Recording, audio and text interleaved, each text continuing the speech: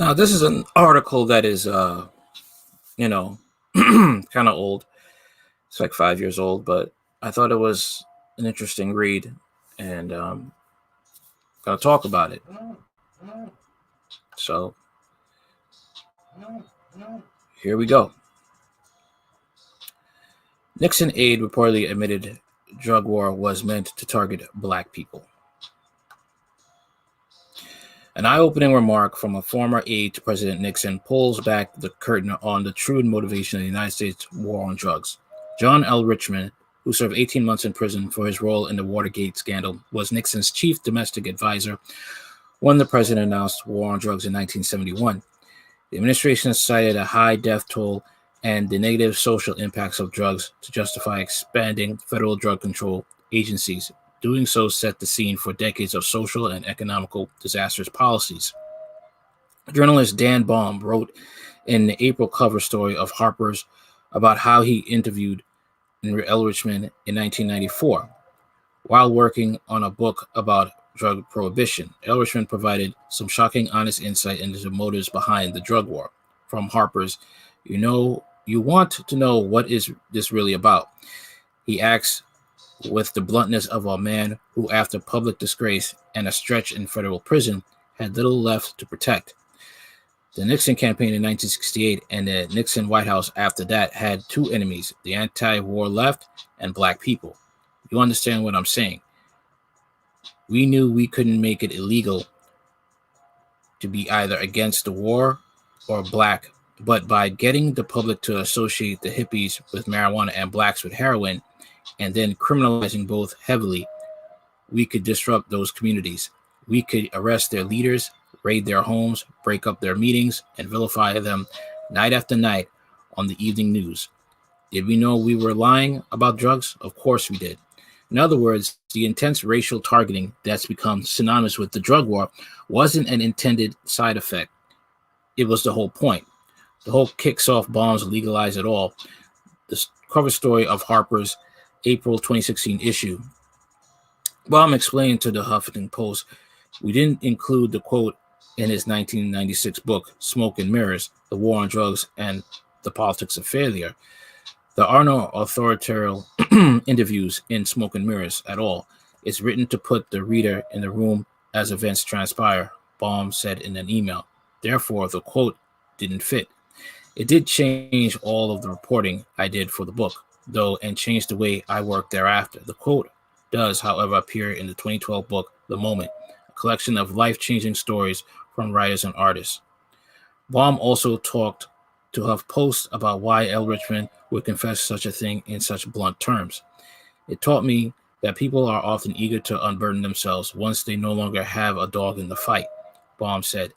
The interviewer needs to be patient sometimes and needs to ask the right way, but people will often be incredibly honest if given the chance. Update. 3 of L. Richmond's former colleagues have disavowed the quote attributed to him, questioning whether he said it and suggesting that if he did, he may have been making a sarcastic comment. They also disputed the idea that the war on drugs was racially motivated. Really? Well, it's always been movies about it, with Frank Lucas. Okay. Getting drugs into black communities to break them up, and prison industrial complex, and, the crime bill and all that. Okay. It just goes to show, can you really ask for reparations from a country that would love to see blacks back in chains?